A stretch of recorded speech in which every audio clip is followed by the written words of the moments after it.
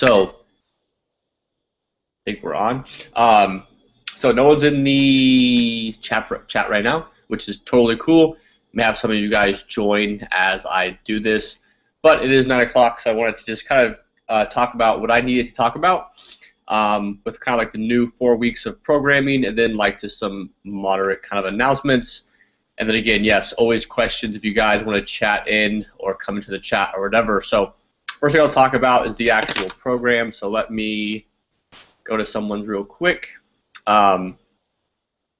You'll see like kind of the same concept as we talked about in the first Hangout ever with the 12 weeks, having 3 different kind of 4-week phases, and the heavy work getting progressively more heavy. So like, for example, we started the deadlifts with 6 to 8 reps, then we moved 4 to 6 reps, I believe, and then this final 4-week phase will be 3 to 5 reps. Similar kind of format for the back squat, the front squat, and the bench press, the main barbell work. And then again, I talked about this before, but with a lot of the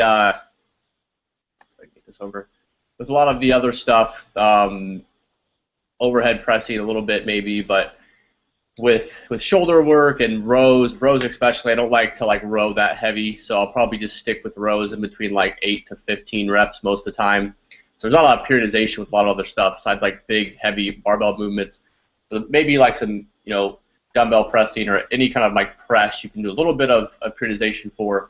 But I'm probably not going to mess with that too much. I like to kind of keep a narrow range there and try to get stronger in that range, since if it's a dumbbell work or if it's cables or something like that, your strength progress is going to be a lot smaller, so it's going to be harder to add 5, 10 pounds or kilos every single time you do the exercise, right? So that's always kind of staying the same. You'll see that the heavier work is heavier, and then kind of the new movements I wanted to talk about.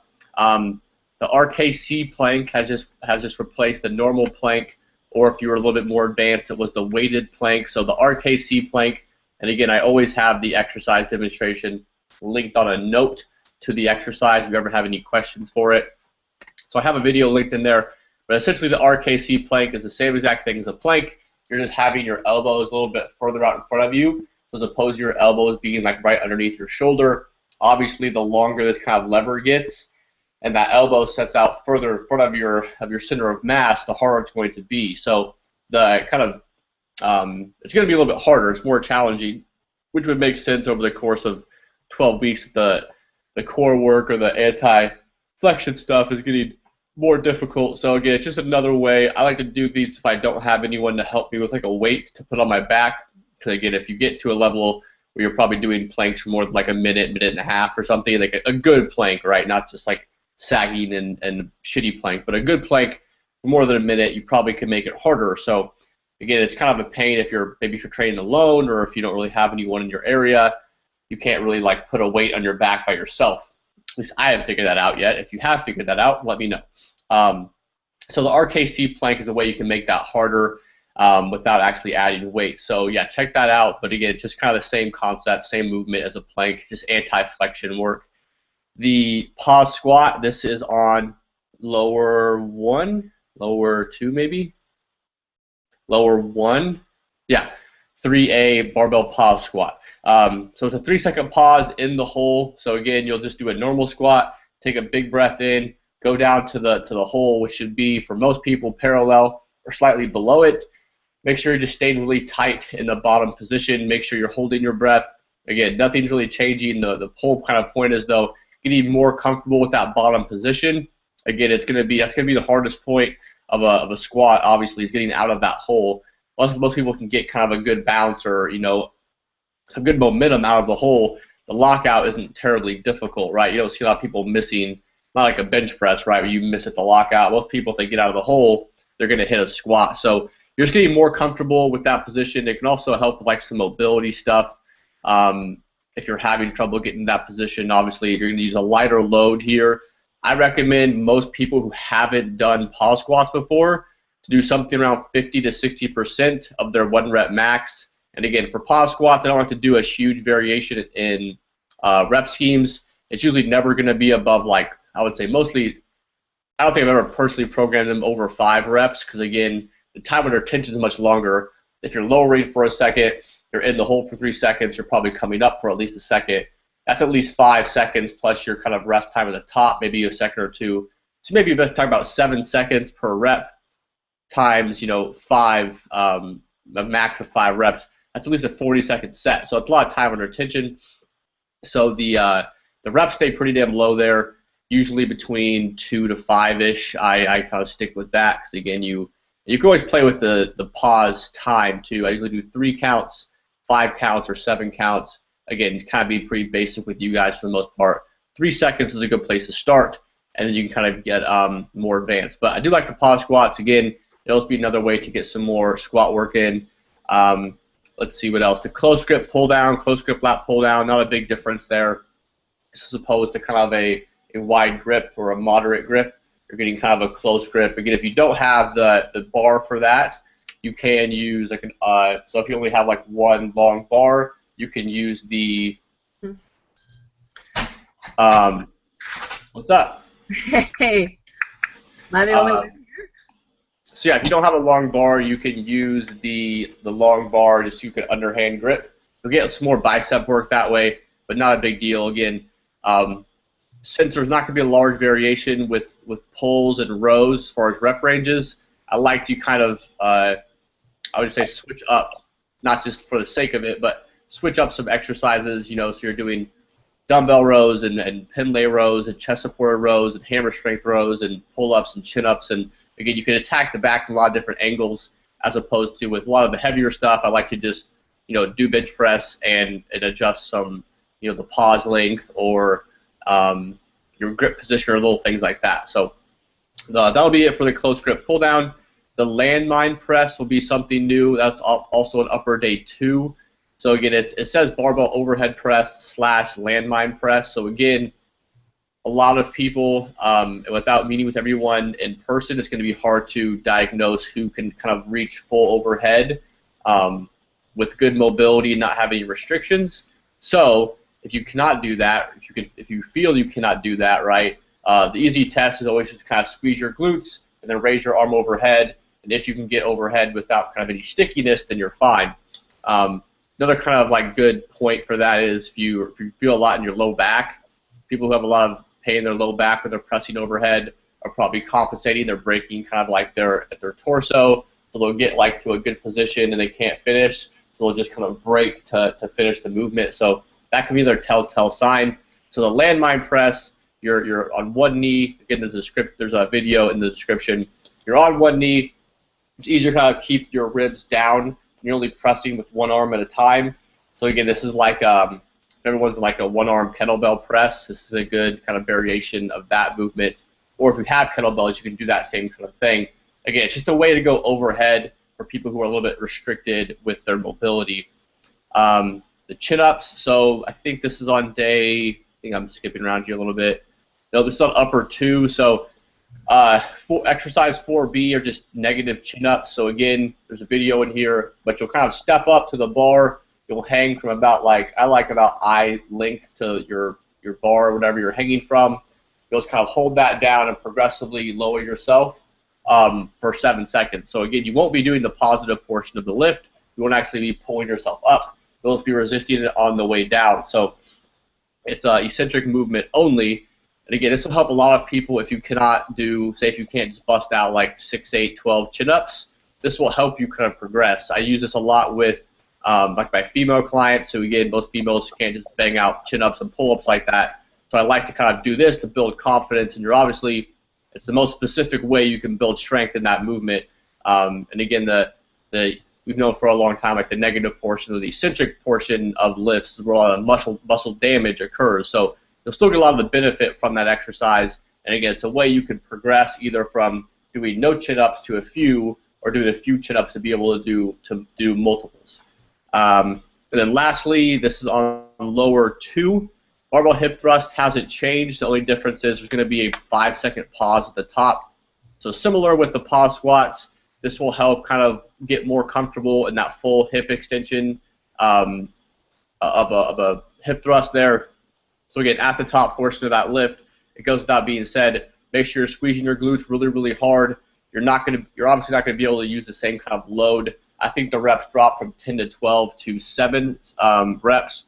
So this will probably actually still take longer. The total set will probably take longer than before. So again, I'll do these. I usually stick with the 6 to 8 rep range.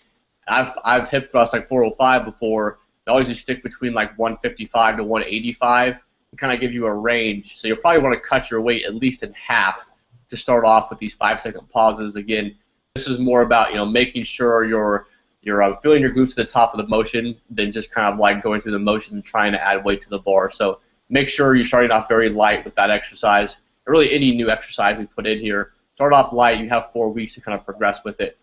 Then lastly, conditioning. Similar kind of fashion. The conditioning work gets heavier, or you could probably think of it as less conditioning work. So you'll see on like week 9 we have deadlifts on the minute. Week 10 similar with OHP, and then week 11 with squats. So again, this will be a little bit quicker of conditioning as well. Probably would take you like 5 to 8 minutes. I would warm up as well. So say if you're going to do barbell deadlifts, those triples on the minute at like 275 or something like that, I would probably just warm up like I would for a lift. I would do my basic kind of general warm up, any kind of mobility I needed for that movement, and then maybe do 95 pounds for a few reps, 135, 185, 225, and then start my kind of conditioning work. I wouldn't just jump into it, load the bar with whatever I thought I could do, and then go at it. And last kind of point I wanted to make about the conditioning work, the weight doesn't have to stay static. So again, you'll be doing it for 4 to 6 sets. And it's going to be hard when it's on the minute to take, kind of like add weight and take weight off or whatever. Get a little bit sporadic. You want to use that rest time to kind of like recover and breathe. But if you do feel like you overshot, say if you like, oh, I got 315 for triples, and then you do it for 3, to holy shit, I'm not going to be able to do this for 5 more sets. You can just take some weight off, and again, maybe instead of doing it on the minute, you're doing it the first one at a minute and a half or something. Again, use some common sense with that. But again, if you're not, I'd always err on the side of kind of precaution there. It's conditioning, it's not strength work, so you don't actually need to be like, you shouldn't be PRing the conditioning workout as far as the weight you're lifting. So back off the weights a little bit. If you're normally pulling, 405 for triples, remember you'll be doing that with 3 to 5 minutes in between sets, right? This is going to be like 45 seconds in between sets. So even though you pulled heavy triples before, it's a different kind of stimulus. You're not going to be fully recovered in between your sets. So humble yourself a little bit with the conditioning work. Understand the purpose there. And yeah, then the week 12 we'll do no conditioning work again. Been a ton of conditioning work with the last 12 weeks. So I'd use that last week as kind of just a focus on your strength, not do a lot of conditioning work. Even if you do have like HIIT stuff, or even a lot of lists in your program. Most of you guys aren't doing a lot of lists, cardio, but even with the HIIT work, if you want to use that 12th week, it's kind of like not a recovery week, but just a week to really, really focus on strength as opposed to so much conditioning work. Again, your conditioning isn't going to go to shit from 1 week of not doing something high intensity like a HIIT or like a conditioning workout. So that's it for the program. See my time right now. Last thing I wanted to kind of talk about, I do have a new website, which is kind of like my only website at the moment, because my other one got just odd issues with that. So it's kind of a coincidence, because I was going to launch this, not right now, but again, with the other one being down, it kind of just makes sense to put this out. So yeah, the new website is MyoBrain, just like MYO, brain.squarespace.com. There's not a ton of content on there right now, and again, so I'll briefly talk about the whole purpose of MyoBrain, actually the whole purpose of MyoBrain, and especially this website. So when I came up with the name MyoBrain, so I get this question a lot, what does MyoBrain mean? So myo is just Latin for muscle, right? So showing my kind of nerdy side there. Most people don't know that, so there's like, what is MyoBrain, right? So it's just like muscle brain, and again, I think MyoBrain sounds a little bit cooler than muscle brain. So that's what the MyoBrain kind of came from. And the whole kind of concept about it was, again, I'm not old by any means. I just turned 23 years old. But I've been researching and I would say in the game for quite a long time, 4 or 5 years of the process behind, listening to Ronnie Coleman and Jay Cutler, and then finding the more scientific approach with like Lane Norton and Alan Aragon. Those are 2 guys that kind of really, Lyle McDonald, kind of really helped me see the light, I would like to say. And so yeah, probably for 2 or 3 years, that's pretty much who I followed, and I saw a lot of results and whatnot. And then I think a lot of people just end up pirating off what these guys are saying, right? Like, I mean, I would even say I did that for a long time. My book I wrote, the book I wish I had, Flexible Dieting, is pretty much like Lyle McDonald's. What did he write? The Guide to Flexible Dieting. It's pretty much that book with just some more, I'll say, concreteness to it. It's not just so esoteric. It has a little bit more, like, I wouldn't say real life results, but it gives you more of a guideline as opposed to his lot of stuff just like a hypothetical way to go about it. So I want to just make something more concrete. So again, I would even guilty of this myself, of just kind of piggybacking off what they're doing.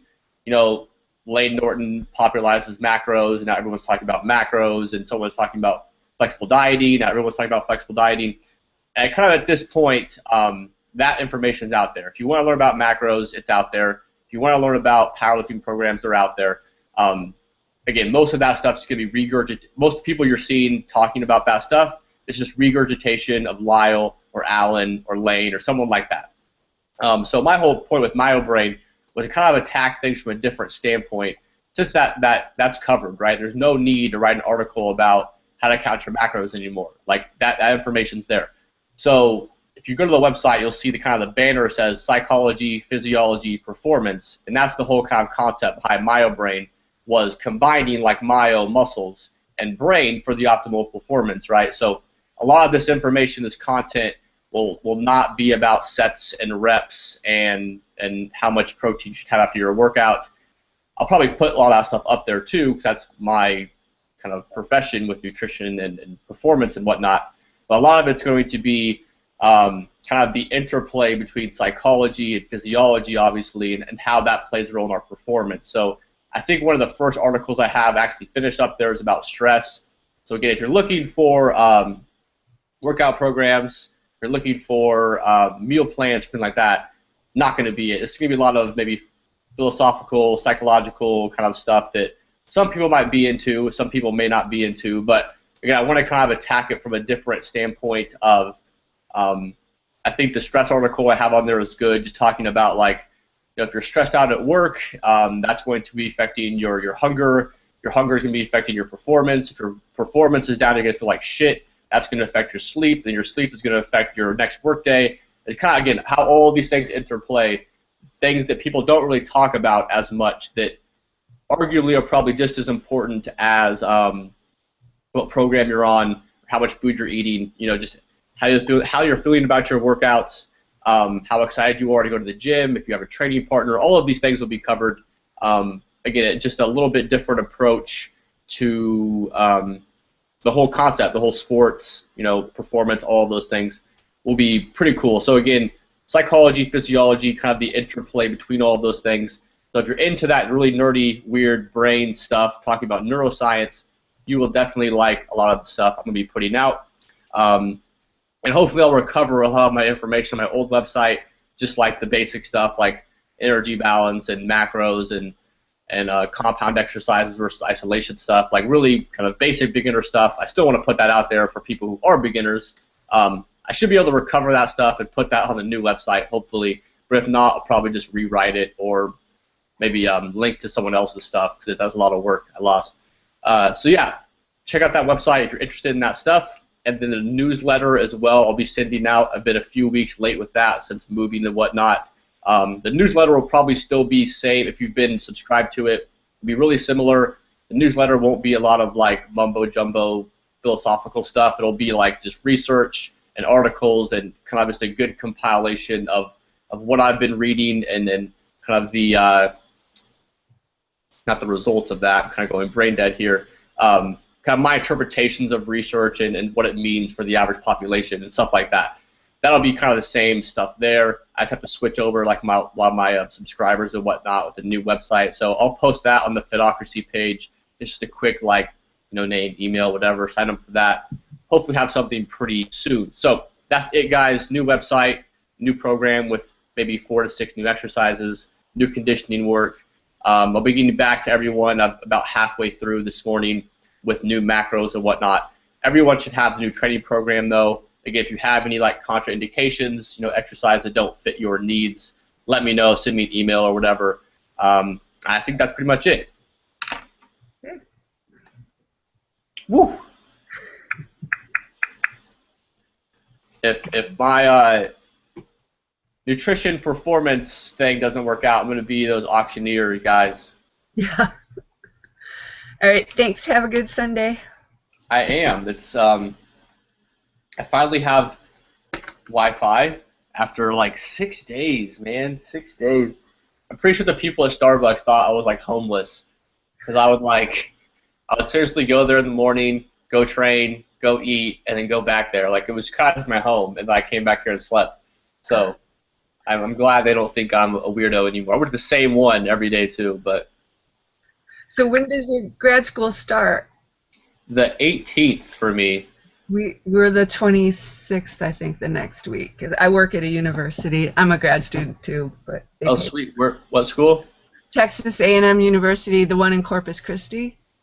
Okay, so well, I guess I wasn't that. I always think like, oh, I was in Texas. I was close, but I wasn't. Yeah, you're up in Oklahoma. Are you at OSU or? OU. Oh, yeah. Okay. Yeah, it's really weird. Everyone's like, oh, you're in Norman. I'm like, no. So the I guess kind of like A&M. Like A&M's usually in College Station, right? Yeah, that's like the big one. Yeah. So big campus is in Norman. This is like our medical. So like I'm with obviously medicine, physical therapy. I think nursing is here too. There's like 4 or 5 programs. Occupational therapy. 4 or 5 programs. It's called like I think it's called Allied Health or Health Science Center or something like that. So it's a smallish campus. It's still a lot bigger than my old campus. Yeah, it's in Oklahoma City. So I think it's probably a little. I don't know. I like college towns, so I think Norman would probably be pretty cool for me. Oklahoma City is really cool too. There's a lot of different stuff, not just associated with the university. You know what I mean? Mm-hmm. So what are you studying then? It's I'm kind of split right now. My main reason coming here is just a dietetics degree. So it's a master's of arts in dietetics, and it's kind of like a curriculum based. I guess everything's curriculum based. Like you come in with a class, you take these classes in the fall, these in the spring, these in the fall, and then you're done. So it's not like a say traditional degree. So I guess like I don't know what happens if you don't pass a class. I'm not really worried about that, but they're kind of like on a set track, and then everyone graduate. You all come in together, graduate together. I guess that's what's supposed to happen with real school. But then I might. So I'm kind of split. I was gonna do my MA in dietetics and my MS in nutritional sciences, but I may end up doing an MA in dietetics and an MS in exercise physiology. So I just think there's going to be a lot of like getting 2 master's degrees in nutrition. I just don't know like what that second one's going to do for me. You know what I mean? Like how much more am I going to learn from taking 3 or 4 classes? It may look good on my resume or something like that, but I don't really care about that. So even if I could only get the MA degree and then just take a lot of exercise phys as electives, because there's a lot of cool exercise phys courses here. Like there's a lot of neuroscience and neurophysiology stuff I'd really be interested in taking. So yeah, definitely MA in dietetics, and then maybe a second degree in there as well. Trying to get done quick though. Quick. Yeah. All right. Well, have a good rest of your day. I'm gonna go work out. You have any questions, Jen? I haven't really looked too much at the new workout. I did part of the upper one yesterday, but if I have any specific questions, I'll let you know. It's great how you put the videos in there, so look at those. Sweet. Well, have a good day. I think Ed just joined in here, so I won't give him a 30-minute speech, but I'll ask him some questions. So. Okay. I hate being first to the party. Socially late. 3 of us here, it's okay to be first. Yeah, what's the deal? Jeez. Oh, I should talk. I missed the last 2. I should keep my mouth shut. It was just funny because I had like 2 or 3 people email me like, "Oh, I'm gonna make this one." I'm like, "Sweet!" Like people that hadn't made it. It'll be nice to meet you, and then I'm like, "Nope." No, one of them was me. Well, I mean, like new people I haven't like seen on Google Chat or whatever yet. Oh, all right. It's hard, I guess, with I forget how like difference in time. Like it's for a lot of people, it's not even like they're asleep right now. So it's like You got people all over the world. Plus, it's the yeah. weekend. I mean, certain people's hangover could be kicking in right now. It could be just starting. That'd be a great like way to meet them. It's not the end of their hangover. They're like at some club and they're on their phone, like trying to listen to what I'm saying. Yeah. Yeah, which could be cool. Give us some insight to some of the parties around the world. It'd be more exciting in here, that's for sure. Yeah. How's everything been going? Things have been better. Things have been better. Like I told you in my email, I have 2 bad discs in my lower back. So I would always get to a certain weight limit with squats, with deadlifts. As a matter of fact, I never do anything but sumo deadlifts, because any other type of deadlift just puts too much strain on my back, and the pain's too much. And the back's pretty bad. It used to be once a year I would lose about a week from work because my back would be out, and I'd basically just be laying on the kitchen floor or the family room floor for a week, a nice hard surface. This year it didn't happen. It happened last January. I missed 6 days of work, so I've kind of been babying it, but I know my limits. Like I know I can feel when I get to a certain weight. This is just it. You're not gonna. If I go any further, I'm gonna hurt myself. Yeah.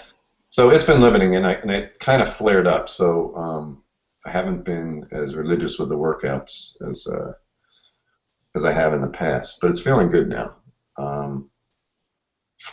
But what I wanted to talk to you about was I've been substituting exercises. So between the back and my right foot, I have arthritis in my right foot that prevents me from doing things like lunges, certain types of lunges. Like if this was can you see this? If this was your foot, your leg coming down, if that motion right there, like I can't do it. This motion of like pressing like your toes and bending your foot that way is excruciating on my right foot. So usually you don't have it on like bilateral stuff. Sorry? You don't have it on like a bilateral stuff like it's a normal squat. It's just like with single leg stuff. Yeah, because for that kind of stuff, your foot's kind of flat on the floor. Yeah. Like with a lunge where you put your foot behind you, you start to bend all the joints in your foot, your ankle, your toes. That's pretty bad. So what I end up doing is usually trying to balance myself on a toe back there on my right foot just to keep it from bending, if that makes sense. So I'd be on like that instead of like this. Yeah. So like kind of like a reverse lunge as you step back, and you kind of have like some. I'm trying to think like a reverse lunge. My heel never touches the ground. I just kind of like touch that toe back, and then it's like when you're doing a forward lunge, though, it's different. When you're doing a forward lunge, you kind of have like you probably land like the ball of your foot and then come through. You might have that still same kind of problem with your back leg, if that's making sense. So if you're doing like a front lunge, that back leg's going to be like kind of on that toe before you come up. Does that make sense? Yeah. If you're having any with like what have you been substituting that with, or have you been? I have this old Bowflex in the basement, and you can do leg extensions and leg curls. So just to get something in there for legs, I'll do that. And I doubled up on this 4-week period. You have me doing the goblet squat. So I'll just double up on that just to get something going with the legs. So like the deadlifts and the squats are fine. They don't cause any pain in the foot, just the back. But the reverse lunge, that dumbbell reverse lunge, happens to be the most painful one. So I've just stopped that one. Yeah. So anytime, again, this happens a little bit more with training people in person, because I can get that feedback like immediately. So the only reason I do like any kind of lunge, like reverse lunge regular lunge, step up, have something like that, is going to be get unilateral movement in. So again, like we're always like we're back squatting or front squatting or leg pressing. Usually it's with both of our legs at the same time. And again, for someone who is a power lifter, not a big deal, right? Like your goal is to squat on 2 legs, so it doesn't make a lot of sense to get. Who cares if you have an imbalance, right? Because you're lifting with 2 legs all the time. But if like you're an athlete or general population or something like that, you do want to kind of, again, you kind of have that stuff built in with like a lot of arm stuff. You're doing dumbbell work. That's kind of building in some unilateral strength. You don't have to actually just hold 1 dumbbell, right? You're pressing 2 dumbbells at a time. That's different. So you do the same kind of effect with any kind of lunge movement where you're getting some unilateral stuff in. So a step up would be, I know there's a step ups in your program already. I think there is in this program. Step up would be a good substitution for that. I would just make sure the step up isn't too big. A lot of people get like a huge step. They end up like kind of, I guess, they go like hip flexion, if that makes sense. So if your step is so big, maybe I can even show you, maybe, kind of. See if this works out. Nope. Online personal training. Okay, so like I guess you're seeing this here. Like this would be a good like step up height since my like pelvis isn't tilted. But if a lot of people they're trying to step up onto something that's like this big, you're seeing kind of like as a hip mobility exercise. What's up, Carl? This is kind of awkward, I guess. So if your step up is really, really big up here, your pelvis is going to kind of posteriorly tilt. So it puts you in a bad position. It's like when you're in the bottom of the squat, you kind of have like that butt wing people talk about. So again, I would probably do something. This is probably a little high for me. I would do something where my hip is kind of like parallel, and then just step up to it. Obviously, that's going to give you some unilateral work there, and that shouldn't negatively affect your. I wouldn't think that would put a lot of stress on your foot, unless it's just like stress period on that 1 foot. Yeah, no, it doesn't. No, I've done them before. It doesn't. That doesn't bother it at all. Okay. It's really when you just bend, when you really flex, you know, at the ankle and the toe. So it might be something like anterior tibialis kind of area. So if you ever like just point your toe up to like your knee as hard as you can, that muscle that's like really, really hard right there, that can get incredibly tight. I don't know if you like have a history of running, but a lot of people that I work with that are runners just have like some excruciating tight anterior tibialises. So like a little like I can't like diagnose this from not being there, but so like myofascial release can help there if you're like a little cross ball or even a foam roller. It's pretty damn, if it's like mine's not even that bad, and it's pretty damn hard for me to do it. So even if you can't like get on it, right? So if like the ball's here, if you're not like on top of it, even if you can just get something hard, like like those sticks or whatever, so I'll just get like a little cross ball and just kind of roll that out sometimes. So I'm having, actually anytime I'm having like a knee issue, I do that as well, since again, a lot of times the problem with an area isn't always that area, right? So if your knee is hurting, it's usually like maybe your maybe like one of your quads being tight is pulling on it, or maybe it's your anterior tibialis is pulling on it down, right? It's usually not the actual knee, unless it's like a structural problem, and then I couldn't help you anyways. So that's what kind of I would do if you want to try to, I mean, definitely work around it, but again, if you're trying to kind of diagnose what the issue could be, that's probably a good place to start, is some myofascial release on that anterior tibialis.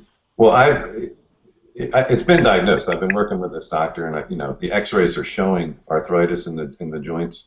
Oh, okay. He's actually talking about, you know, the first step was inserts, and the second step was this. I forget what's in it. It's some kind of cream you rub on the affected area that has pain med in it. Something that ends in cane, like Novocaine or Lanacane or something like that in it. And now he's talking. The next step is actually injections into the joint where the arthritis is built up and is starting to, you know, close the gap. So I know what the deal is. I just have to work around it. That's all. Yeah, I would just say, I mean, again, like a lunge is going to be a huge. Have you done like front lunges? Is it the Well, same yeah, thing? still, because you're still flexing, if it's, it's the right foot that gives me a problem. So if you're front lunging the left leg, that right leg is still bending. The right Yeah, foot is but still I just bending. didn't know if it was the actual like pressure, because again, like you'd have less pressure stepping. So if it's on your right foot, you step forward with your left foot, you're gonna have less pressure than you would if you're gonna step back with that right foot. Does that make sense? Yeah, But you're putting again, less that's giving weight you on it. props too. I would just Yeah. I had a question for you though. When doing those one arm, dumbbell rows, it's for your lat, right? It's a lat exercise. Did I lose you? Looks like he dumped, Carl. Yeah. I don't know if say you can hear. what? Oh, there you are. Oh, I I was supposed lost to you move. for a Yeah, second. it's a lot of exercise. So with the dumbbell lat rows, it's a lat exercise. I'm not feeling. I must be doing it wrong because I don't feel in the lats. Now they're, a bend over barbell row I can feel in the lat. Sometimes, like a pull up or a wide grip pull up I can feel in the lat. But with the dumbbell row, I'm just feeling it like tricep, shoulder. Um, I don't feel like I'm getting anything out of that. So I must be doing it wrong. Yeah, so the rowing stuff's hard for people to kind of, I would say, get. And again, I've like fortunately I trained people in person. I've probably had at least 5 or 6 people tell me they feel a row in their tricep, which I was just like, first time I heard someone say that, I was like, they're just wrong. Like they don't know what they're talking about.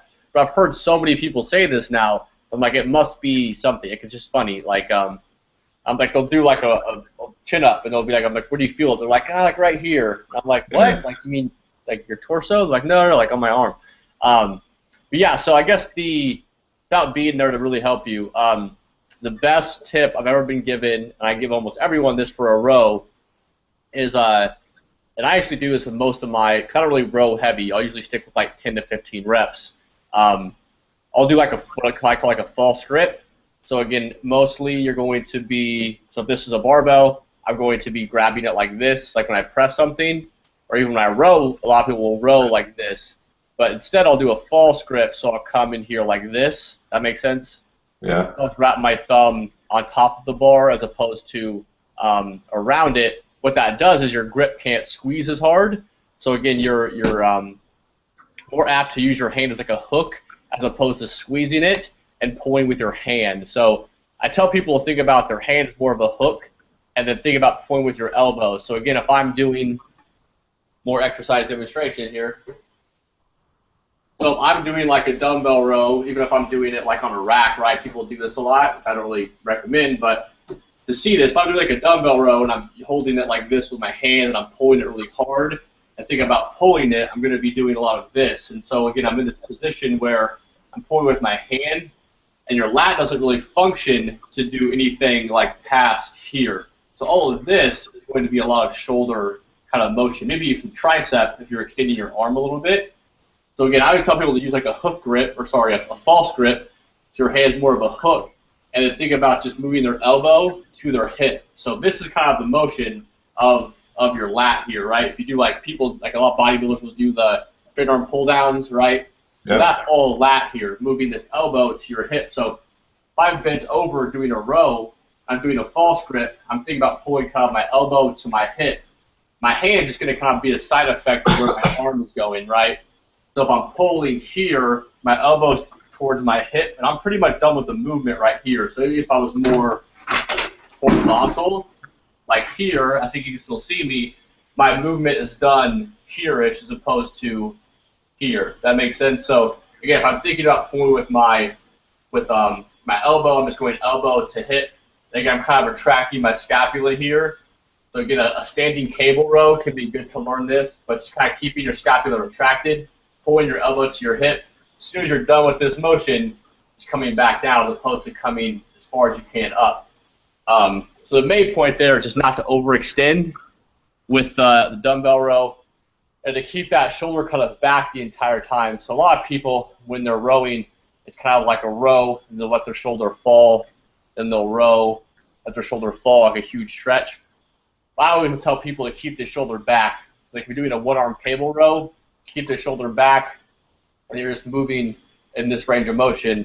It's the same exact thing when you're doing like a bent over dumbbell row. You're keeping that shoulder kind of down and back, and then you're kind of just moving through your shoulder there. That makes sense, kind of? Yeah, so you're keeping your elbows in tight, right? Yeah, there's a little bit of space between your torso and your elbow. It's not going to like rub, but it's probably like 20, 30 degrees. It's not like a huge kind of like a face pull movement out here. Kind of think about like where you're bench pressing at with that slight tuck, right? Yeah. Like we shouldn't bench press like with a 90-degree angle here, like really, really high. It's a lot of stress on our shoulder. So again, if you're kind of like the cue I give people like bending the bar or just kind of like external rotation at your shoulder to bring this in. That's the same kind of position you're going to be doing a row in. It's kind of like that 30, 45-degree angle there. Okay. So the dumbbell. So if you bend over with the dumbbell, you're pulling the dumbbell back. Yeah, exactly. Not straight up. It's not. Yeah, it's not just like a vertical up like a bench press motion, right? It's going to kind of trying to think how I would do this. It's going to kind of be it would start. I'm not gonna do that right. So I'm going to try. No, but yeah, it's going to start down, kind of below your shoulder, and it's going to finish a little bit behind you, if that makes sense. So again, you just kind of like close your eye, like start with a lightweight, close your eyes, think about going elbow to hip, stopping when your like arm is like parallel to your torso, as opposed to way past it. And again, even like pauses are so overrated. So even like pausing in that like two count at the top of that motion, closing your eyes, thinking about kind of like lat motion there, and then going back down can really help. And obviously, I think a lot of people, I can't speak for you, go too heavy with that movement or any kind of row as well. Like I don't know too many people that can like legitimately row like hundreds, like the 100-pound dumbbells, and not just look like shit, right? Like, I've even done that. Like I've probably rowed like the hundreds before, but if I drop down like 80s and I'm like really slowing the movement down and contracting, I feel my lats a lot more. And again, you don't get an award for how much you can dumbbell row. So I would rather someone maybe back off the weight a little bit, slow the tempo down, even do higher reps, and feel it in their lat as opposed to, get stronger in the movement. But then the whole point of the movement is to kind of contract your lats. So make sure that's kind of always in the back of your mind. So there's no way you could do that movement without using your lats. Is that correct? Like you don't have to consciously think, tighten up your lat now and do the row and then, Yeah, I mean, there's certain movements. Like if you're extending your arm, there's no way to extend your arm without using your tricep. Or if you're flexing your arm, like that's what your bicep does. If that makes sense. But just being more conscious and more aware of that movement. Even there's research on this, like and again, that's a whole like bodybuilders like mind-muscle connection doesn't whatever. That's just bullshit kind of thing. But there's research saying that like you'll see a difference in muscle activation if someone is consciously trying to contract their lats or their quads or whatever. Like a hip thrust is the classic one. If I tell someone to do a hip thrust or something, they're kind of nonchalantly doing it. I'm like, okay, really, really focus the top, squeezing your glutes all the way through. They'll feel a huge difference. And again, the movement's the same. They're still doing that hip extension, right? Or a back extension is the same thing too. So if I just tell someone like to do it, they'll be like, oh, I got a lot of hamstring. Like, okay, think about using your glutes. They'll do the same thing, same weight, same reps. Like, oh yeah, I feel it in my glutes. So, yeah, you're correct that that motion, like you can't do a chin up without activating your lats or whatever. But if you're having trouble feeling that area, being more conscious of contracting that motion, or again, just putting yourself in a better position. So like your shoulder not moving a lot. So if your shoulder is coming like forward and backward a lot during the row, that's going to affect how much shoulder is involved. The more the shoulder is involved, the less the lat's going to be involved. So and with compound movement, it's going to be harder, right? Like it's really like no one really thinks about contracting their quads when they're doing a squat because there's so much going on. But with like a leg extension, you can because it's only the quad, right? So with a dumbbell row, it's going to be a little bit harder to think about your lats. It's not the only thing that's working. The lats aren't just working in unison, though they are working in unison with other movements there. And another thing, too, if you Google or YouTube the seal row, S-E-A-L row, this will probably be good for you if you have any back problems, too. So this is kind of awkward to set up, but you're pretty much laying on a bench, right? And then you'll get like normal dumbbells set up on the ground. I'd probably recommend the one by Alberto Nunez. He's a freak bodybuilder, but he does the movement well. You pretty much just like set the dumbbells on the ground, and then maybe I can pull this up. It is 2014, right? You set the dumbbells on the ground, and then the way this helps a lot of people is you can't really cheat it because you're going to see if I can do this. Let's add seal row. This is a movement here we go.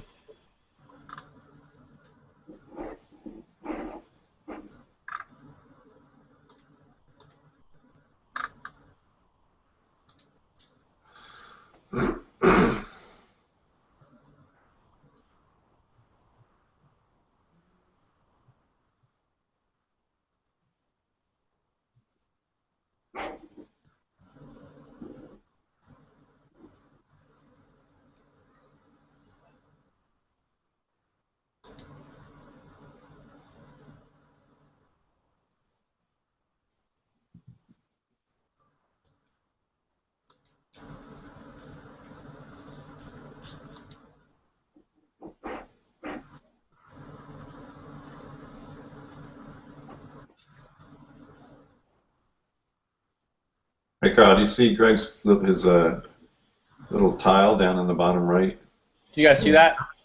Oh, there you go. No, your tile in the bottom right just showed a little icon with a microphone with a line through it, as if you turned your mic off. I think it muted me while that video was playing. Oh. Did you see that video, though? No. You guys didn't see a video? No. Link it in the group chat.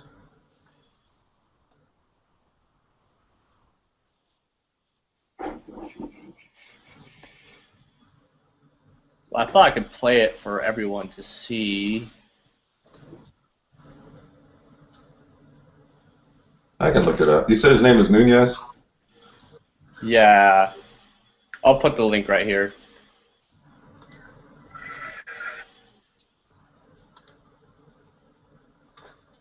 I think I can do this. I can figure this out, baby. Yeah, that's the link right there. Yeah, you'll see that his range of motion isn't great, but you can't cheat. There's no, because again, you see like a lot of bodybuilders or even people in the gym, they're just kind of like swinging that dumbbell, right? And there's probably no way they're using a lot of their lat. The seal row, you're supported on a seat, or you're laying face down on a bench, and you're rowing here, so you can't like pull yourself up. Obviously, there's gonna be weight pulling you down, so pretty much have to just like kill your upper body and only think about moving with your arms. That's probably the best exercise I've ever felt in my lats. I like the standing cable row as well, but kind of limited with how much weight you can use there. The seal row, you can still go pretty heavy. So, and again, that will be useful. I use that a lot because I don't like to kind of tack my lower back a lot. I'm going to be squatting and deadlifting a lot. So I'll use a chest supporter row quite a bit. Kind of like if you ever do the more popular, like a laying on an incline, like a 45-degree incline, and doing chest supported rows is a little bit more popular. But again, for any time someone's having back problems, and again, if you're doing like deadlifts and squats and stuff like that, you're going to get some wear and tear in your back anyways. Using something like that, it's going to have less kind of torso flexion and movement there can help. So that's probably some go-to stuff for the row work. Yeah, good. I'll check it out.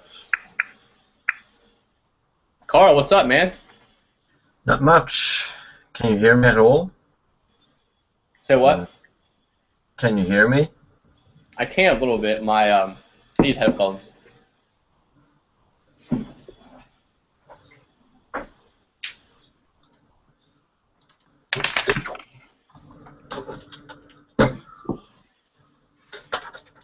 And so I moved, right? And I just realized this is really the first chat we ever had. I think you mentioned the fact that I had a bunch of protein. Yeah, it's up there. And then I moved fucking 4 hours and nothing's changed. It's like you moved the refrigerator and just didn't take anything off the top. You just left it there and then moved it into the new apartment. Exactly. They just knew. They had my way just waiting for me. Where are you now? Oklahoma City. Oh, I was there one. Tinker Air Force Base is in Oklahoma City. Yeah, I mean, I didn't know that until I went some places, and then just like, there's military everywhere. Like, there has to be something here. Yeah. I was out there years ago when they had the AWACS at the Air Force Base. Oh. I don't remember much, but I remember the beer has less alcohol in Oklahoma City than it does in the rest of the country. Really? Yeah, That'd probably be good for me, actually. Yeah. In case I ever do want to have a drink.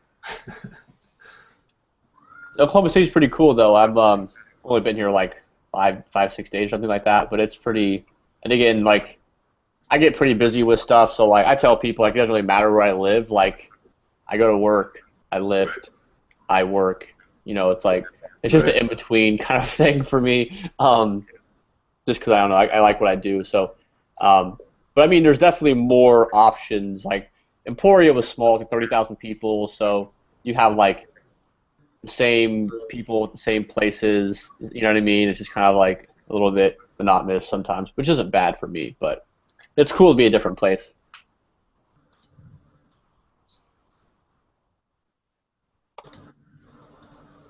Carl, I'm not going to ask if you have any questions. I'm going to ask, what are your questions? I don't really have that many questions. Well, I've been busy this week. I have two questions though. First one is about heat. We've had a category 2 heat warning last week here, and it was fucking brutal. And I drank like salt and magnesium and all that crap and just tried to keep hydrated, but still, is there anything I should keep in mind? I mean, I sweat like 4 to 5, maybe 6 kilos of water every day. Holy shit. Yeah. That's how hot it was. Yeah, I mean, there's nothing really special that I'm going to tell you. You probably already know. It's just sodium, potassium, fluids. So yeah, I mean, the go-to like in America is obviously like Gatorade or something like that. It's going to have a lot of, I mean, sugar in there as well. You kind of have to watch with how. I mean, you're not a carb guy. So yeah, there's a lot of sugar in those drinks as well. So you can't just like pound them all the time. You can just. I know some people that make like their own kind of like electrolyte beverage. They just do like water and they'll add in like it's called Himalayan salt. I think that's just more of like a kind of like quackery stuff. Like, I don't think Himalayan salt is going to be any better than just like whatever salt you want to use. But they'll add like salt in there as well. Usually a 2-to-1 sodium potassium ratio. You can't really like measure that out. I mean, if you want to put a gram of salt in your water, I guess that's cool, but it's going to be hard to measure that out. You may just kind of eyeball it. A 2-to-1 sodium potassium can be fine. Sodium's going to be the main electrolyte you lose through sweat loss. When you're losing that much sweat, you're probably going to be losing a significant amount of potassium, magnesium as well. So yeah, I would just use those three things. Again, like a lot of people will do like lemon or something like that in there just for a little bit of flavor. Those taste like shit. You can use that, and it's not going to affect your caloric expenditure, your caloric intake at all. Yeah, there's some normal stuff there.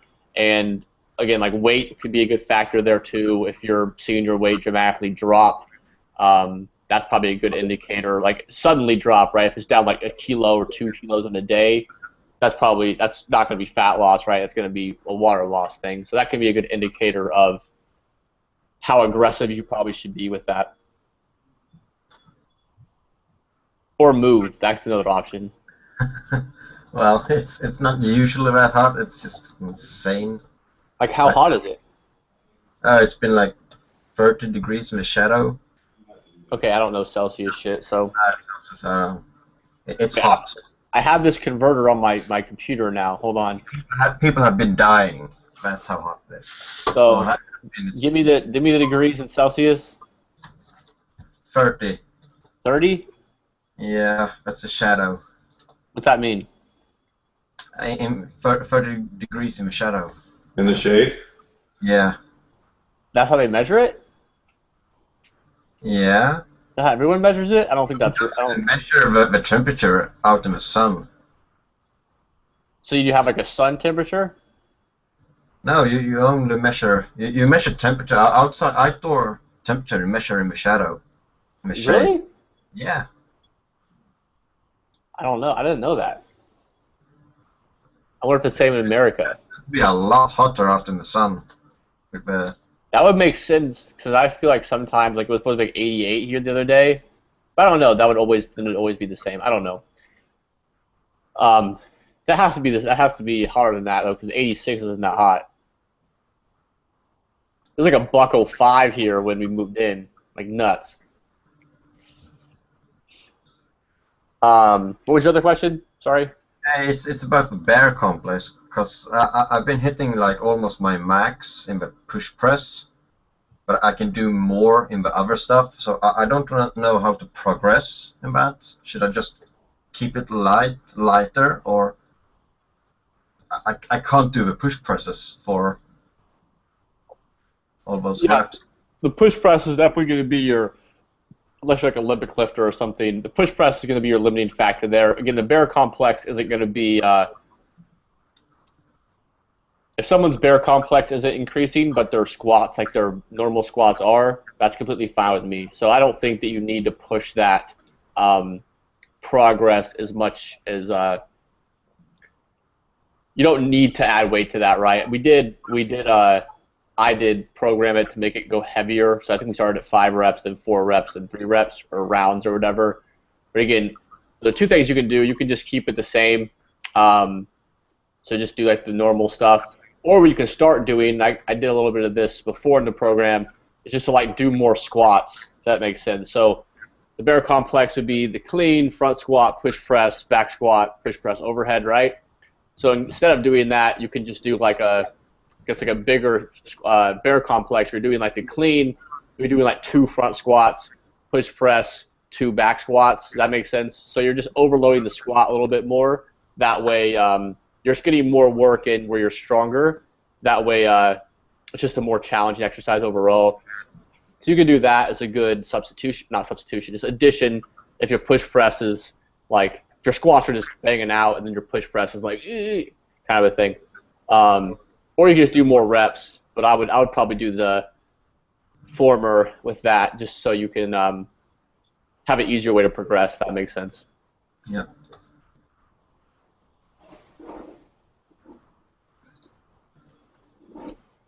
Hey, Greg. What up? So I was just looking at that YouTube video of Nunez doing the seal rows. Is there any difference between that and a chest-supported row? No, not. I mean, that is a chest-supported row. I guess a lot of people just do like a chest-supported row, like maybe upright. So like with something here, like one of those pads. Those are like commercial gyms. They'll have those like the row, or like a 45 degree, like an incline bench, but you're laying here.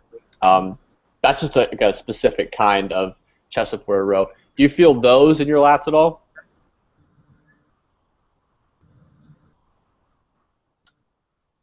I haven't been doing those. Okay. Yeah, I don't know. Yeah, so the chest-supported stuff usually helps because you can't, it takes out the motion of it a lot. So it's easier to kind of just focus on your lats. Right. More isolated. Okay. Yeah, and then the beginning part of this video, I talked about like 5 or 6 different exercises in the spreadsheet or in the next 4 weeks. And again, like the just like some pause work in there, some different like the negative chin-ups, the RKC plank. Again, basic stuff. There's always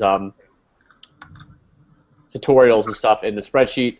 And then I won't go on the whole little rant again about my website. My new website is out. I'll post the newsletter link and then probably a link to the website on the Fitocracy page. But again, it'll be less about sets and reps and stuff like that, and more about kind of psychology and again, myo-brain being a whole bunch of neuroscience, stuff like that, kind of how that affects our performance. So it'll be less about macros and the basic stuff and more about maybe philosophical, weird stuff like that if you're into that. Is this replacing your old website or just in addition to it? It was supposed to be an addition, right? And this is really, I thought like this is kind of a weird thing to happen. So I was working on it like all in July. And then I was going to launch, I don't know when I was going to launch it and have like a date because I already had a website. I was going to try to get a lot of material up and then launch it. I have like 5-6 articles up, then launch it. But then my website, my old website got hacked into like maybe 2 weeks into the process of making a new one. Wow. And I was like, this is just so, like that's a weird coincidence, right? So I can't actually access any of my stuff right now on the old website. So that's kind of why I was actually in the process of transferring all this stuff over. And I was probably like halfway done, and then I got this email that says like you have all this weird stuff on my website, and I'm just like, that's really strange. So yeah, most of my old stuff is gone, at least for now. The whole other website is down. So I just wanted to kind of use this as a I guess that's kind of a motivator to get that other stuff done. So there's not a lot of stuff on the website right now, but even the whole concept behind this website was going to be a little bit different. It wasn't going to be transitioning out of the stuff that most people know by now. Most people know about macros. They know about flexible dieting and stuff like that. There's Right. Can't kind of reinvent the wheel there. Our physiology is what it is. So this is a lot of stuff about, like the first article on there is about stress. It's kind of like how it affects us, different kinds of stress, why it's not all, why the stress from your job can't be separated from the stress from training, and how all these things kind of interrelate. So the tagline on it is psychology, physiology, performance, and the whole concept behind it, and really the whole concept behind myo-brain is how all of those things interrelate, how our psychology affects our performance, how our performance affects our psychology, and how all things kind of interrelated, which I don't think is talked about enough. You know, everyone talks about programming and nutrition and sleep, and we get that. So this will be kind of a different approach and different avenue I'll be kind of going down. So Good. Sounds good. won't be for everyone, but it'll be for some people. Why was your site hacked? What were they after? I have no idea, but it was a lot of stuff, and it's so like people think I'm really tech savvy because I have a website, but I try to tell them like it's not hard to make a website. Like you just kind of have to like follow directions, and like mess around until it looks good. So I'm not like I don't code. I don't like know how to do any of that. Like so, they sent me the stuff, and they're like, it's infected at this place and this place, and sent it to your PHP, and I was like, dude, I don't know what any of this stuff means. So it's taken me like a week and a half to even like log into the PHP area so that I could even like, I don't know. I was hoping my whole hope is I could just get the stuff and then like switch it over to this website because I don't know. Oh well. Well, good luck with the new one. Thank you very much. All right. Carl, any more questions? No. So the new programs are in. I'll get everybody. I'm about halfway through with macros and whatnot, updating everybody. I'll post this on YouTube as always. You can post on YouTube for me. I think that's it. So we'll have this, and we'll have another hangout. 16th or 17th. Wait. I think that's right. Yeah, 16th or 17th. Sunday. Say what? Yeah, the 17th is a Sunday. Yeah. I'll probably put out a little questionnaire or poll or something on Fitocracy to see if we can get it on Saturday or Sunday and see if we can get more people in this. That will be, I'll try to make that happen and see if we can get some different people in here before we're done. But yeah, that's it for this week. Again, if you guys have any questions, email me, Fitocracy, whatever. I'm excited though. People are making a lot of progress, at least people who are on top of things, are making a lot of progress, so that's good. I didn't write this down. I think there'll be a continuation group. I'm not 100% sure if Photocracy talked to me about that. I'll let people know. I think they'll probably let you know before I will. I'm not really up to date with all that stuff, but there might be a continuation group if you're interested in doing that. But we'll talk about that stuff later. So. All right, great. Have a good week. See you guys. You too. See ya. Bye, Ed.